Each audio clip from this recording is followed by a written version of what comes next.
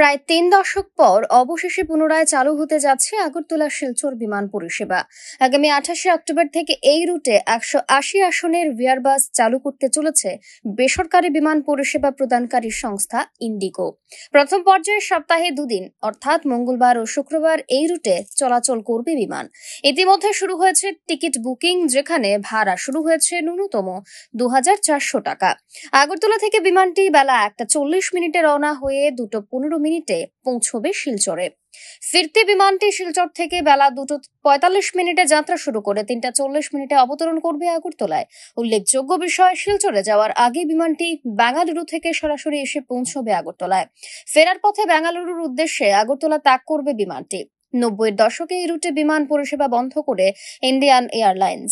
তারপর থেকে এই রুটে চলেনি আর কোনো বিমান। ফলে এতদিন সড়ক বা রেলপথে নির্ভর থাকতে হয়েছে যাত্রীদের, যা তুলনামূলকভাবে সময় সাপেক্ষ ও ক্লান্তিকর।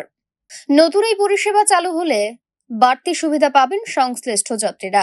এদিকে আগামী ২৬শে অক্টোবর থেকে আগরতলা আহমেদাবাদ রুটেও বিমান চালু করেছে ইন্ডিগো। প্রতিদিন ১৮০ আসনের এয়ারবাস আহমেদাবাদ থেকে কলকাতা হয়ে আগরতলায় আসবে এবং ফিরে যাবে একই পথে। শুধু তাই নয়, air India express Agartala Bagdogra রুটে ১৮০ আসনের বোয়িং বিমান চালু করবে একই দিনে। এই নতুন রুটের ফলে পশ্চিমবঙ্গের মনোরম পর্যটন কেন্দ্র দার্জিলিং, টাইগার হিল ও উত্তরবঙ্গ ভ্রমণে সুবিধা হবে যাত্রীদের। উল্লেখ করা যেতে পারে, ত্রিপুরার জন্য খুবই গুরুত্বপূর্ণ স্থান, কারণ উত্তর পূর্বাঞ্চলের মধ্যে এটি হলো একটি প্রধান বাণিজ্য এবং পরিবহন কেন্দ্র, যা অন্যান্য প্রতিবেশী রাজ্য যেমন মিজোরাম এবং মণিপুরকেও সংযুক্ত করেছে আসামের সাথে। দক্ষিণ আসামের প্রবেশদ্বার হিসেবেও কাজ করে শিলচর।